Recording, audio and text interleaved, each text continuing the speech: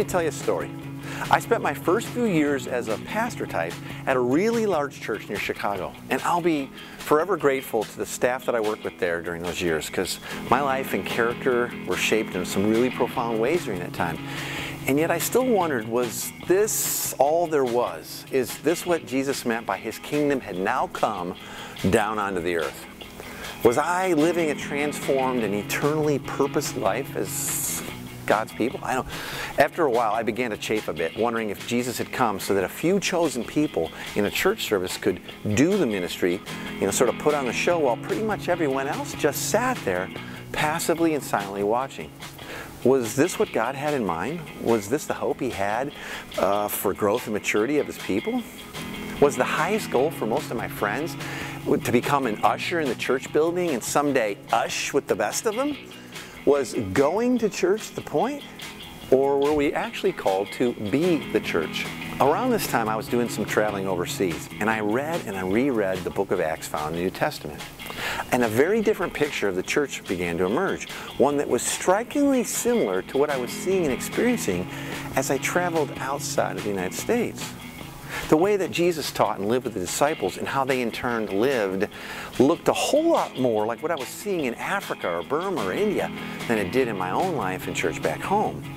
And I wondered, what would it be like to live in a real community with others, not just saying hello to them once or twice a week and shaking hands, maybe staring at the backs of each other's heads for an hour. I wondered, what would it look like to intentionally disciple each other to greater faith in Jesus, living together as God's missionary family, there in our neighborhoods. But there was just one huge problem in all this. I had like 0 friends who were not part of our church. In fact, I hardly even knew my own neighbors. I was crazy, just busy pulling off all the programs that went on throughout the week after week after week back at the church building. Wait a minute, that doesn't make sense.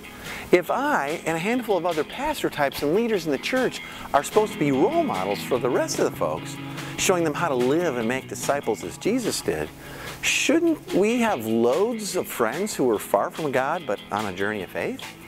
Shouldn't we be the rock stars when it came to loving people and living the same ways that Jesus and His disciples did?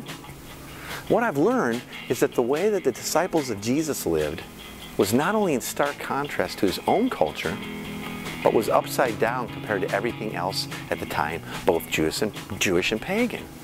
Now, the pattern of His teaching and life began to emerge, and it was something profound, yet much simpler than I had seen or experienced thus far in my own life.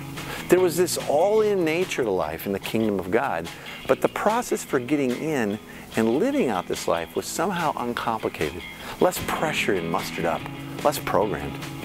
Jesus would hang out with and teach His disciples through meals and along the way, and life lessons sort of opened up their hearts and minds to a new way of living, a new way of being.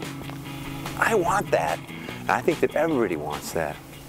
So much of the structures and programs and politics of the church are actually nowhere to be found in Jesus' teachings or anywhere else in the Bible.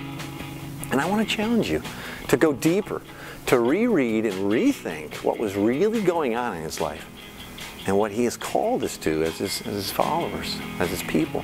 Now, I'm not suggesting you should just chuck your church and become a sort of self-proclaimed expert. No. But I am hoping you'll grab a few close friends and begin the journey to be the church. Maybe like myself, you're wishing you had started down the road to a life lived authentically in community like this long ago. But as always, the next best time is now. Thanks for watching. Hey, check out my website for resources that'll really help you and encourage you on your journey.